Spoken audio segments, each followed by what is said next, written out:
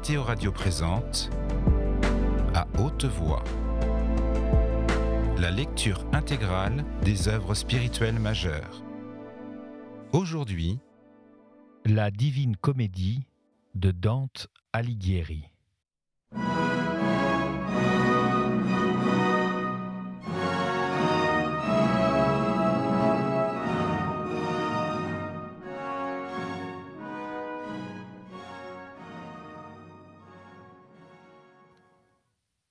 Chant 23e.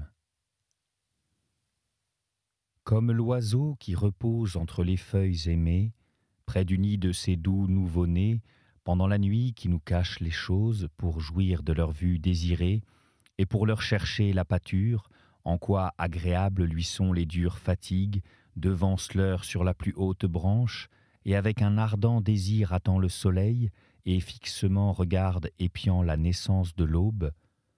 Ainsi, près de moi, debout et attentive, se tenait madame, tournée vers la plage sous laquelle le soleil montre le moins de hâte, de sorte que, la voyant suspendue en une vive attente, j'étais comme celui qui, désirant, voudrait ce qu'il n'a pas et espérant s'apaise. Mais peu fut d'intervalle entre l'un et l'autre temps, je dis entre l'attendre et voir le ciel devenir de plus en plus brillant. Et Béatrice dit : voici l'armée du Christ triomphant, et tout le fruit recueilli du mouvement de ses sphères. Son visage me parut tout en feu, et d'allégresse ses yeux étaient si pleins que je dois passer sans plus de discours. Tel que, dans les pleines lunes sereines, Trivia brille entre les nymphes éternelles qui diaprent toutes les plages du ciel, je vis, au-dessus de milliers de lampes, un soleil qui les allumait toutes, comme le nôtre allume celles que nous voyons au-dessus de nous. Et à travers la vive lumière apparaissait la splendide substance, si brillante que ma vue ne la supportait point. Ô Béatrice, doux et cher guide, elle me dit, ce qui te vint est une vertu à laquelle aucune ne résiste. Là est la sagesse et la puissance si longtemps désirées, qui ouvrirent la route entre la terre et le ciel.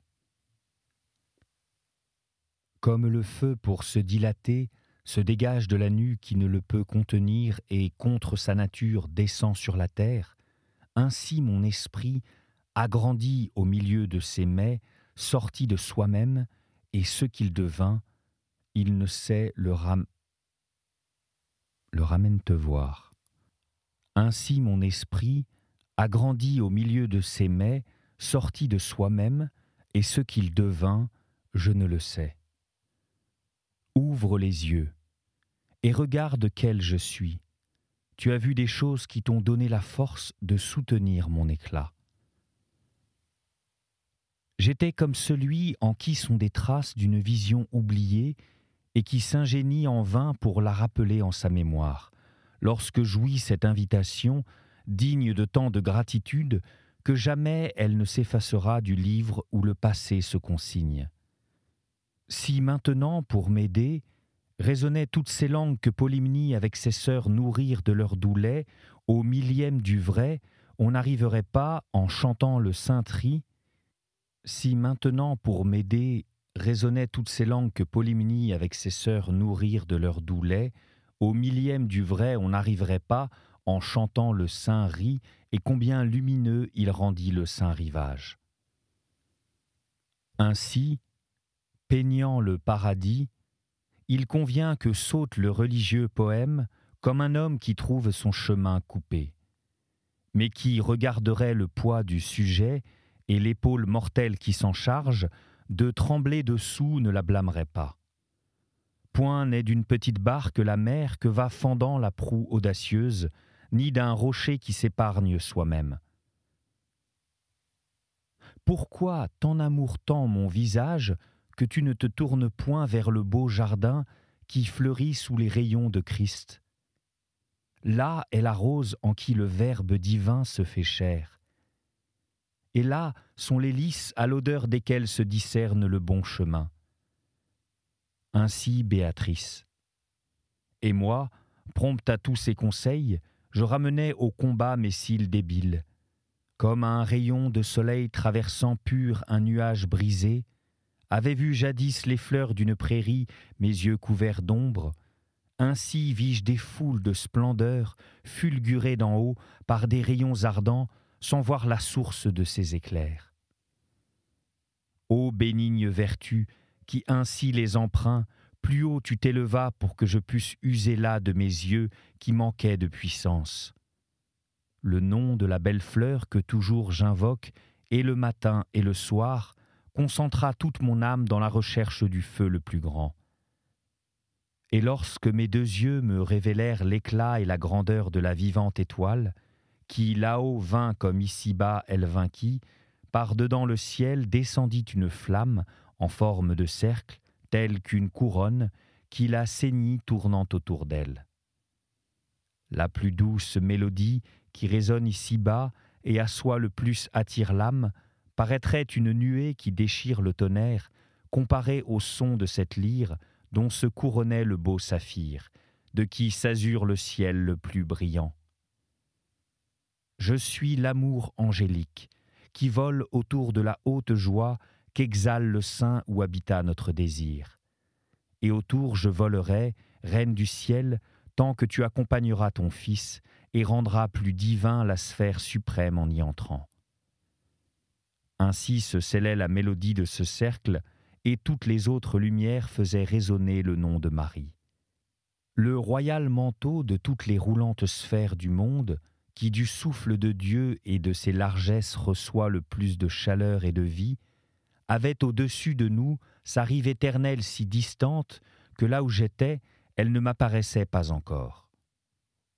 Ainsi mes yeux n'eurent pas la puissance de suivre la flamme couronnée qui s'éleva près de son fils. Et comme un petit enfant qui, après avoir pris le lait, tend les bras vers sa mère par l'amour dont la flamme s'étend jusqu'au dehors, chacune de ces pures lumières en haut tellement élança sa cime que me fut manifeste leur profonde tendresse pour Marie. Ensuite elles restèrent là devant moi, Regina Coeli, chantant si suavement que de moi jamais ne se départit le plaisir. Oh, de quelle abondance sont remplies ces riches arches qui si bien labourèrent et semèrent ici-bas. Là, jouit et vit du trésor qu'il s'acquit en pleurant dans l'exil de Babylone, où il laissa l'or, là, sous le haut Fils de Dieu et de Marie, triomphe de sa victoire, avec et la nouvelle et l'ancienne assemblée, celui qui tient les clés d'une telle gloire.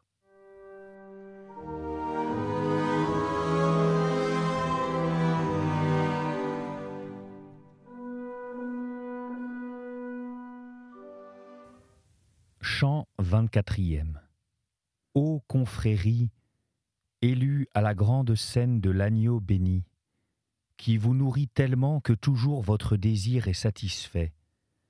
Si, par la grâce de Dieu, celui-ci goûte de ce qui tombe de votre table, avant que la mort lui en ait marqué le temps, regardez son désir immense et répandez sur lui un peu de votre rosée, vous buvez sans cesse à la fontaine d'où vient ce qu'il pense.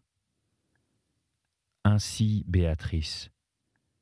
Et ces âmes joyeuses firent de soi des sphères sur des pôles fixes, rayonnant fortement à la manière des comètes, et comme dans la structure des horloges, les roues tournent de telle sorte que la première, à qui la regarde, paraît en repos, et la dernière volée, ainsi ces cœurs, diversement dansant, selon leur amplitude, me faisaient les juger rapides ou lents.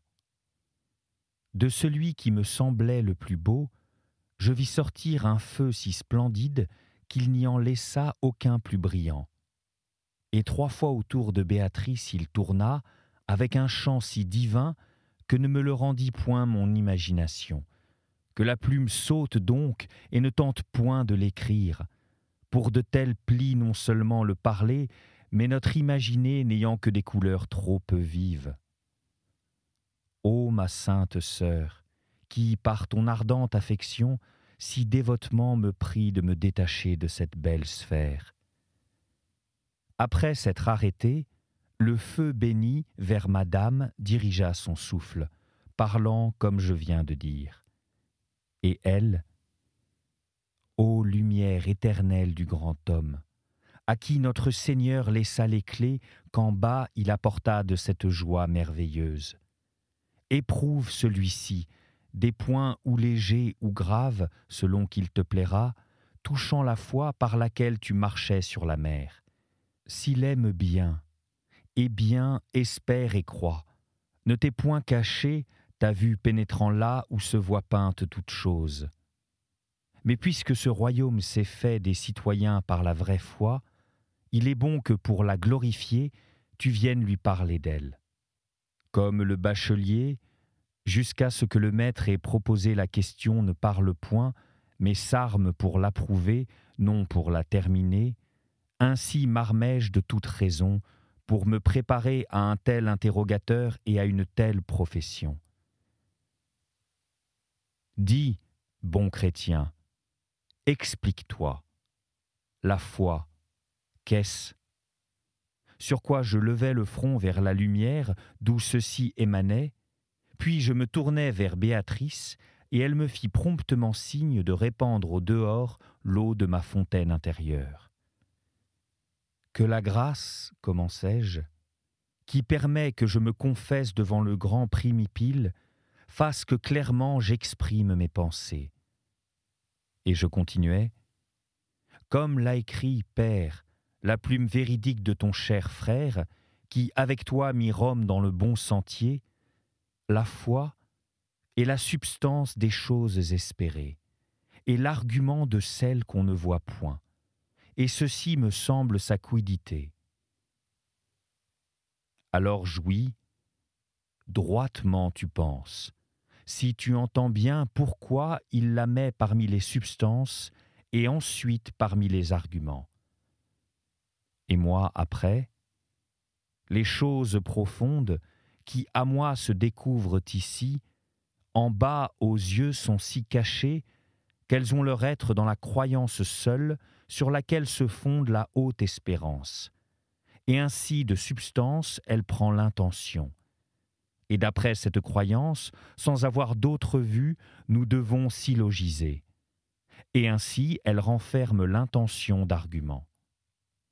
Alors jouis, si tout ce qui en bas s'acquiert par enseignement de cette sorte était entendu, banni serait l'esprit de sophisme. Ainsi parla cet ardent amour, puis il ajouta, d'un bon cours est de cette monnaie et l'alliage et le poids. Mais dis-moi si tu l'as dans ta bourse. Et moi, oui, je l'ai si brillante et si ronde que dans son coin rien ne met en doute. Ensuite, du fond de la lumière qui là resplendissait, sortit ce précieux joyau sur lequel toute vertu se fonde, d'où est-il venu? Et moi, l'abondante pluie de l'Esprit Saint répandue sur les vieilles et les nouvelles Écritures est le syllogisme qui en moi la conclut si nettement que, près d'elle, toute démonstration me paraîtrait obtuse. Jouis ensuite, l'ancienne et la nouvelle proposition qui te conduit à cette conclusion, pourquoi la tiens-tu pour parole divine? Et moi, la preuve qui me découvre le vrai sont les œuvres qui suivirent, pour lesquelles jamais la nature ne chauffa le fer, ni ne battit l'enclume. Il me fut répondu, « Dis, qui t'assure que ces œuvres furent? La parole même qu'il s'agit de prouver, elle seule te le jure. Si le monde, dis-je, vint au christianisme sans miracle, celui-ci est tel que les autres n'en sont pas le centième. Que tu sois entré pauvre et à jeun dans le champ pour semer la bonne plante, qui fut vigne autrefois et maintenant est devenue ronce. Cela fini, la haute cour sainte entonna de sphère en sphère un louons Dieu dans la mélodie qui là-haut se chante. Et ce baron, qui ainsi de rameau en rameau m'examinant, m'avait déjà tiré jusqu'aux dernières feuilles, recommença. La grâce qui courtise ton âme t'a fait jusqu'ici ouvrir la bouche comme tu devais l'ouvrir, de sorte que j'approuve ce que tu as produit au dehors. Mais il convient maintenant d'exprimer ce que tu crois et ce qui détermina ta croyance. Ô Père saint, ô Esprit, qui vois ce que tu crus si fermement, qu'au sépulcre tu vainquis de plus jeunes pieds, commençai-je. Tu veux que je manifeste ici la forme de ma vive croyance, et tu en as aussi demandé la raison. Je réponds, je crois en Dieu unique et éternel, qui, non mu, meut tout le ciel par l'amour et le désir. Et d'une telle foi, je n'ai pas seulement des preuves physiques et métaphysiques, mais me la donne encore la vérité qui d'ici plut par Moïse, par les prophètes et par les psaumes, par l'Évangile et par vous qui écrivîtes après que l'ardent esprit vous eût fait saint. Et je crois en 3 personnes éternelles, et je les crois une essence si une et si trine qu'à la fois elle admet sunt et est. De la profonde nature divine que maintenant je touche, plusieurs fois empreint mon esprit l'évangélique doctrine. Ceci est le principe, ceci est l'étincelle qui ensuite se dilate en une vive flamme et comme une étoile dans le ciel, en moi scintille. Comme le maître qui écoute ce qui plaît, sitôt qu'il se tait, embrasse son serviteur, lui rendant grâce de la bonne nouvelle, ainsi chantant et me bénissant, 3 fois me ceignit l'apostolique lumière, au commandement de laquelle j'avais parlé, tant mon dire lui plut.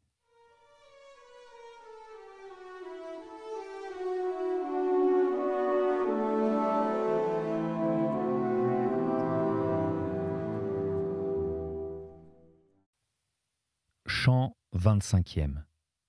S'il advient jamais que le poème sacré, auquel a mis la main et le ciel et la terre, et qui m'a, durant plusieurs années, amaigri, vaincre la cruauté qui me retient hors du beau bercail où je dormis agneau, ennemi des loups qui lui font la guerre, avec une autre voix alors avec une autre toison, poète je retournerai, et sur les fonds de mon baptême je prendrai la couronne. Parce que, dans la foi qui rend les âmes connues de Dieu, là j'entrai, et qu'ensuite par elle pierre ceignit mon front. Lors, vers nous, se mut une lumière de cette troupe, d'où était sorti celui que Christ laissa le premier de ses vicaires. Et madame, pleine de joie, me dit « Regarde, regarde, voilà le baron pour qui en bas on visite la Galice. » Comme, lorsqu'une colombe se pose près de sa compagne, l'une et l'autre tournant et murmurant montrent son affection, ainsi vis-je s'accueillir l'un l'autre ces grands et glorieux princes, en louant l'aliment dont on se nourrit là-haut. Et quand fut fini le congratuler, en silence, corps âme mais, chacun d'eux se fixa, si enflammé qu'il m'éblouissait.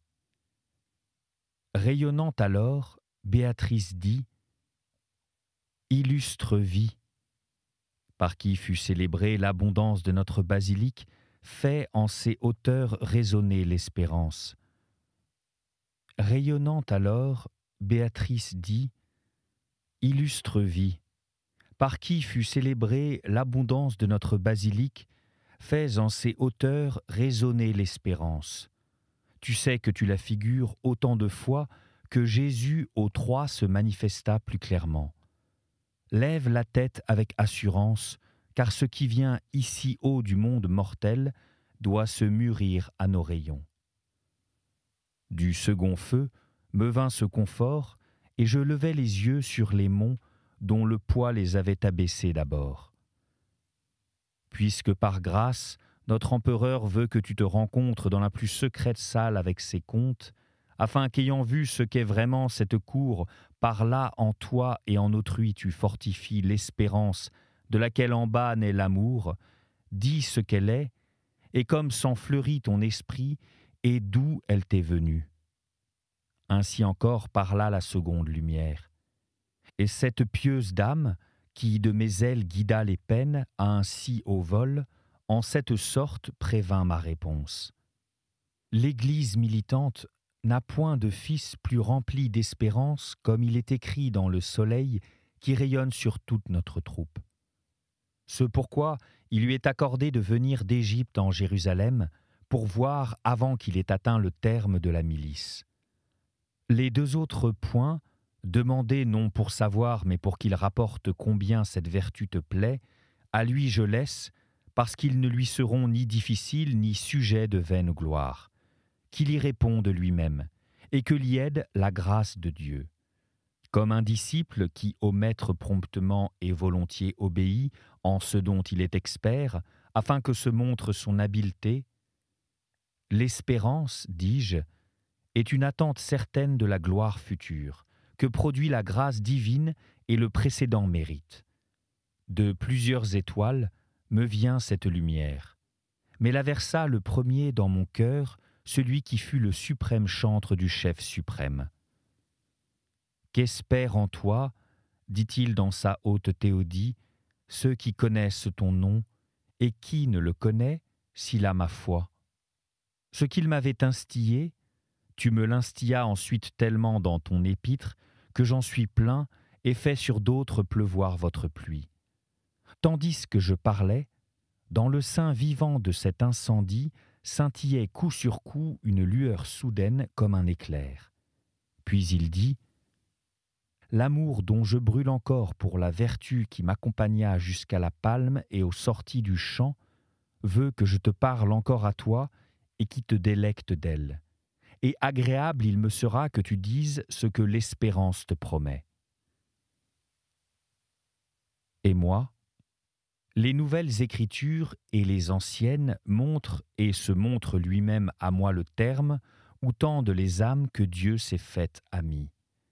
Isaïe dit que chacune en sa terre sera revêtue d'un double vêtement, et sa terre est cette douce vie. Et non ton frère, beaucoup plus clairement, là où il parle de blanche robe, nous manifeste cette révélation. Et, d'abord après la fin de ces paroles, Sperent in te, ce qui signifie qu'ils espèrent en toi, au-dessus de nous sui, à quoi répondirent tous les cœurs. Ensuite, parmi eux, une lumière resplendit tellement que si le cancer possédait un pareil cristal, l'hiver aurait un mois d'un seul jour. Et comme se lève et va et entre en danse une vierge joyeuse, seulement pour faire honneur à la nouvelle épouse, et non par aucune faute, ainsi vis-je la brillante splendeur venir vers les deux, qui tournaient telle qu'une roue, comme il convenait à leur ardent amour.